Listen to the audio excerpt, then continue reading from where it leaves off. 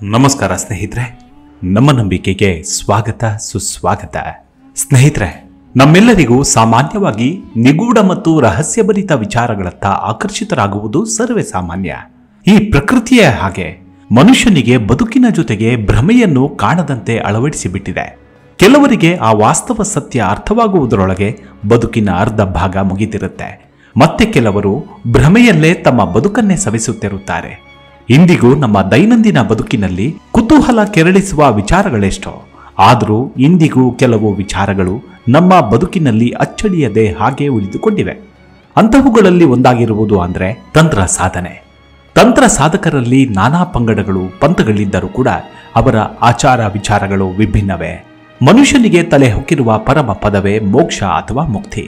ಕೊನೆವರೆಗೂ ಆ ಉನ್ನತ ಸ್ಥಾನವನ್ನು ತಲುಪಲು ಇನ್ನಿಲ್ಲದ ಕಸರತ್ತು ಮಾಡುವುದು ಮನುಷ್ಯ ಗುಣ. ಈ ಹಂತಕ್ಕೆ ಬದುಕಿರುವಾಗಲೇ ಕಂಡುಕೊಳ್ಳುವ ಸಾಹಸಕ್ಕೆ ಕೈ ಹಾಕುವವರು ತಂತ್ರ ಸಾಧನೆಯತ್ತ ಆಕರ್ಷಿತರಾಗ್ತಾರೆ. ಅಂತಹ ತಂತ್ರ ಸಾಧನೆಯಲ್ಲಿ ಇಂದಿಗೂ ವಿಚಿತ್ರ ಆಚರಣೆ ಸಂಪ್ರದಾಯ ಹೊಂದಿರುವ ಪಂಥವೆಂದರೆ ಅದು ಅಘೋರ ಪಂಥ. ಅಷ್ಟಕ್ಕೂ ಅಘೋರ ಪಂಥ ಅಂದ್ರೇನು? ಅಘೋರಿಗಳು ಅಂದ್ರೆ ಯಾರು? ಅಘೋರ ಪಂಥದ ಉಗಮವಾಗಿದ್ದೇಗೆ? ಅದರ ಮೂಲ ಪುರುಷ ಯಾರು ಅನ್ನೋದನ್ನ ಇವತ್ತಿನ ಸಂಚಿಕೆಯಲ್ಲಿ ನೋಡೋಣ. ಅದಕ್ಕೂ ಮುನ್ನ ನಮ್ಮ ನಂಬಿಕೆಗೆ ನಿಮ್ಮ ಬೆಂಬಲವಿರಲಿ. ಸ್ನೇಹಿತರೆ, ಅಘೋರ ಪಂಥ ಅಂದ್ರೆ ಶಿವನ ಉಪಾಸಕರ ಒಂದು ಪಂಥ. ಭಾರತದಲ್ಲಿ ಬಿಹಾರ, ಪಶ್ಚಿಮ ಬಂಗಾಳ ಮುಂತಾದೆಡೆಗಳಲ್ಲಿ ಕಾಣಿಸಿಕೊಳ್ಳುವ ಇವರು ವಾಮಾಚಾರ ಕ್ರಿಯೆಯಲ್ಲಿ ತೊಡಗಿಕೊಂಡಿರ್ತಾರೆ. ವಿಚಿತ್ರ ವೇಷಭೂಷಣಗಳು, ವಿಚಿತ್ರ ಆಚರಣೆಗಳ ಮೂಲಕ ಮುಖ್ಯ ವಾಹಿನಿಯಿಂದ ದೂರವಾಗಿ ಬದುಕ್ತಾರೆ. ಅಘೋರಿಗಳು ಭಾರತದ ಉತ್ತರ ಪ್ರದೇಶ ಮೂಲದ ತಪಸ್ವಿ ಶೈವ ಸಾಧುಗಳ ಜೀವನ ಕ್ರಮದಿಂದಾಗಿ ಅಘೋರ ಪಂಥ ಹುಟ್ಟಿಕೊಂಡಿದೆ.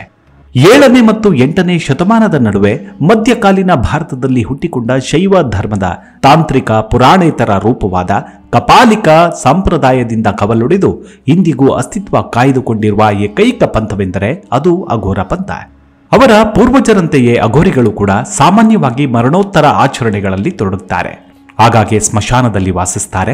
ಅವರ ದೇಹಕ್ಕೆ ದಹನದ ಚಿತಾಭಸ್ಮವನ್ನು ಹಚ್ಚಿಕೊಳ್ತಾರೆ ಮತ್ತು ಮಾನವನ ಶವಗಳಿಂದ ಎಲುಬುಗಳನ್ನ, ತಲೆಬುರುಡೆಗಳನ್ನ ಸಂಗ್ರಹಿಸಿ ಆಭರಣಗಳನ್ನಾಗಿ ಮಾಡ್ತಾರೆ. ಅಘೋರಿಗಳು ಶವಗಳನ್ನ ಭಕ್ಷಿಸುವ ಅಭ್ಯಾಸ ಮಾಡ್ತಾರೆ. ಅರೆಬರೆ ಸುಟ್ಟ ಮನುಷ್ಯನ ಮಾಂಸವನ್ನ ತಿನ್ನುತ್ತಾರೆ. ಅವರ ಈ ಆಚರಣೆಗಳು ಕೆಲವೊಮ್ಮೆ ಸಾಂಪ್ರದಾಯಿಕ ಹಿಂದೂ ಧರ್ಮಕ್ಕೆ ವಿರುದ್ಧವಾದದ್ದು ಎಂದು ಪರಿಗಣಿಸಲಾಗಿದ್ರೂ ಕೂಡ ಗ್ರಾಮೀಣ ಪ್ರದೇಶಗಳಲ್ಲಿ ಹೆಚ್ಚಿನ ಜನರು ಗೌರವ ಮತ್ತು ಭಯಭಕ್ತಿಯಿಂದ ಇವರನ್ನ ಕಾಣ್ತಾರೆ. ಭಾರತೀಯ ಸಾಹಿತ್ಯದ ಮಧ್ಯಯುಗೀನ ಮತ್ತು ಆಧುನಿಕ ಕೃತಿಗಳಲ್ಲಿ ಅಘೋರಿಗಳನ್ನ ವ್ಯಾಪಕವಾಗಿ ಉಲ್ಲೇಖಿಸಲಾಗಿದೆ. ಯಾಕಂದ್ರೆ ಅವರ ತೀವ್ರತರವಾದ ವಿಧಿಗಳು, ಪರಿತ್ಯಾಗ ಮತ್ತು ತಪಸ್ಸಿನ ಅಭ್ಯಾಸಗಳ ಮೂಲಕ ಹಲವು ಸಮಸ್ಯೆಗಳನ್ನ ಗುಣಪಡಿಸುವ ಶಕ್ತಿಯನ್ನು ಹೊಂದಿದ್ದಾರೆ ಎಂದು ಭಾವಿಸಲಾಗಿದೆ. ಸಂಸ್ಕೃತದಲ್ಲಿ ಅಘೋರಿ ಪದದ ಅರ್ಥವನ್ನ ಬೆಳಕಿನ ಕಡೆಗೆ ಎಂದು ವಿವರಿಸಲಾಗಿದೆ. ಅವರ ನೋಟವು ನಿಜವಾಗಿಯೂ ಭಯಾನಕವಾಗಿದ್ರೂ ಕೂಡ ಅವರ ಮೂಲ ಗುರಿ ಒಂದೇ, ಅದು ಮೋಕ್ಷವನ್ನ ಸಾಧಿಸುವುದು. ಆಧ್ಯಾತ್ಮದ ಭಾಷೆಯಲ್ಲಿ ಹೇಳೋದಾದ್ರೆ ಅಘೋರಿಗಳಾಗುವ ಮೊದಲ ಕ್ರಿಯೆಯು ಮನಸ್ಸಿನಿಂದ ದ್ವೇಷವನ್ನ ತೆಗೆದುಹಾಕುವುದಾಗಿದೆ. ಮೂಲತಃ ಅಘೋರಿಗಳು ಸ್ಮಶಾನದಂತಹ ಸ್ಥಳಗಳಲ್ಲಿ ಸ್ವೇಚ್ಛೆಯಿಂದ ವಾಸಿಸ್ತಾರೆ ಮತ್ತು ಅಲ್ಲಿಂದಲೇ ತಂತ್ರ ಆಚರಣೆಗಳನ್ನು ಕಲಿತಾರೆ. ಸಾಮಾನ್ಯವಾಗಿ ಈ ಸಮಾಜ ಯಾವುದನ್ನ ದ್ವೇಷಿಸುತ್ತದೆಯೋ ಅಘೋರಿಗಳು ಅದನ್ನ ಅಳವಡಿಸಿಕೊಳ್ತಾರೆ. ಶ್ವೇತಾಶ್ವತ ರೋಪನಿಷತ್ತಿನಲ್ಲಿ ಶಿವನನ್ನ ಅಘೋರನಾಥ ಎಂದು ಕರೆಯಲಾಗಿದೆ. ಅಘೋರಿ ಬಾಬಾ ಕೂಡ ಶಿವನ ಈ ರೂಪವನ್ನ ಪೂಜಿಸ್ತಾರೆ. ಬಾಬಾ ಭೈರವನಾಥನನ್ನ ಅಘೋರಿಗಳು ಪೂಜಿಸ್ತಾರೆ. ಅಘೋರಿಗಳೆಂದರೆ ಯಾರು ಎಂದು ಪರಿಶೀಲಿಸಿದಾಗ ಭಗವಾನ್ ಶಿವನನ್ನ ಅಘೋರ ಪಂಥದ ಮೂಲ ಪುರುಷ ಎಂದು ಪರಿಗಣಿಸಲಾಗಿದೆ. ಶಿವನ ಅವತಾರವಾದ ದತ್ತಾತ್ರೇಯರನ್ನ ಅಘೋರಶಾಸ್ತ್ರದ ಗುರು ಎಂದು ಪರಿಗಣಿಸಲಾಗಿದೆ. ಅಘೋರ ಪಂಥದವರು ಶಿವನ ಅನುಯಾಯಿಗಳು. ಅವರ ಪ್ರಕಾರ ಶಿವನು ತನ್ನಲ್ಲಿಯೇ ಸಂಪೂರ್ಣನಾಗಿದ್ದಾನೆ ಮತ್ತು ಎಲ್ಲ ರೂಪಗಳಲ್ಲೂ ಅಸ್ತಿತ್ವದಲ್ಲಿದ್ದಾನೆ ಎನ್ನುವ ನಂಬಿಕೆಯನ್ನಿಟ್ಟುಕೊಂಡಿದ್ದಾರೆ.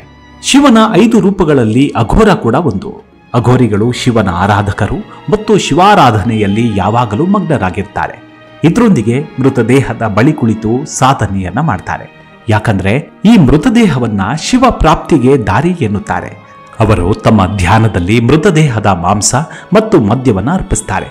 ಒಂದೇ ಕಾಲಿನ ಮೇಲೆ ನಿಂತು ಶಿವನನ್ನ ಪೂಜಿಸಿ ಮತ್ತು ಸ್ಮಶಾನದಲ್ಲಿ ಕುಳಿತು ಹವನವನ್ನ ಮಾಡ್ತಾರೆ. ಅಘೋರಿ ಬಾಬಾಗಳು ಶವಗಳೊಂದಿಗೆ ಸಂಭೋಗ ಮಾಡ್ತಾರೆಂದು ಅಘೋರಿಗಳು ಕೂಡ ಒಪ್ಪಿಕೊಳ್ತಾರೆ. ಅವರು ಆ ಆಚರಣೆಯನ್ನ ಶಿವ ಮತ್ತು ಶಕ್ತಿಯನ್ನ ಪೂಜಿಸುವ ಮಾರ್ಗವೆಂದು ಪರಿಗಣಿಸ್ತಾರೆ.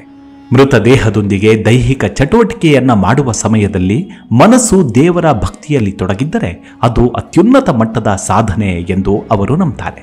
ಅಘೋರಿಗಳು ಬ್ರಹ್ಮಚರ್ಯವನ್ನ ಅನುಸರಿಸುವುದಿಲ್ಲ. ಇತರ ಋಷಿಗಳು, ಮುನಿಗಳು ಮತ್ತು ಸಂತರು ಬ್ರಹ್ಮಚರ್ಯವನ್ನ ಕಟ್ಟುನಿಟ್ಟು ಎಂದು ಭಾವಿಸಿದ್ರೆ ಅಘೋರಿಗಳು ಬ್ರಹ್ಮಚರ್ಯವನ್ನ ಅನುಸರಿಸುವುದೇ ಇಲ್ಲ. ಮೃತ ದೇಹಗಳಷ್ಟೇ ಅಲ್ಲ, ಅಘೋರಿಗಳು ಬದುಕಿರುವವರೊಂದಿಗೂ ಸಂಬಂಧವನ್ನ ಬೆಳೆಸ್ತಾರೆ.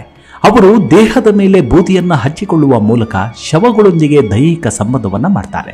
ಅಷ್ಟೇ ಅಲ್ಲ, ಮಹಿಳೆಯ ಋತುಚಕ್ರದ ಸಮಯದಲ್ಲಿ ಅವರು ವಿಶೇಷವಾಗಿ ದೈಹಿಕ ಸಂಬಂಧಗಳನ್ನು ಹೊಂದುತ್ತಾರೆ. ಅದು ತಾಂತ್ರಿಕ ಕ್ರಿಯೆಗಳನ್ನು ಪೂರ್ಣಗೊಳಿಸುವುದಕ್ಕಾಗಿ. ಈ ಕ್ರಿಯೆಯನ್ನ ಕೂಡ ಸಾಧನಾ ಭಾಗವೆಂದು ಪರಿಗಣಿಸಲಾಗುತ್ತೆ. ಇದು ಅಘೋರಿಗಳ ಶಕ್ತಿಯನ್ನ ಮತ್ತಷ್ಟು ಹೆಚ್ಚಿಸುತ್ತದೆ ಎಂದು ನಂಬಲಾಗಿದೆ.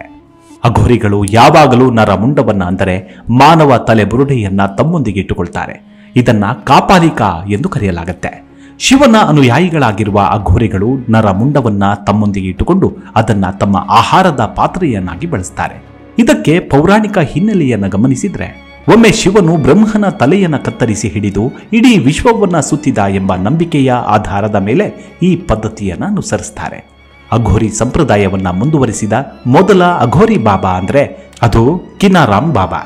ಕೆಲವು ಮೂಲಗಳ ಪ್ರಕಾರ ಅವರನ್ನ ಶೈವ ಧರ್ಮದ ಅಘೋರಿ ಪಂಥದ ಮೂಲ ಪುರುಷ ಎಂದು ಪರಿಗಣಿಸಲಾಗಿದೆ. ಅವರನ್ನ ಶಿವನ ಅವತಾರವೆಂದು ನಂಬಲಾಗಿದೆ.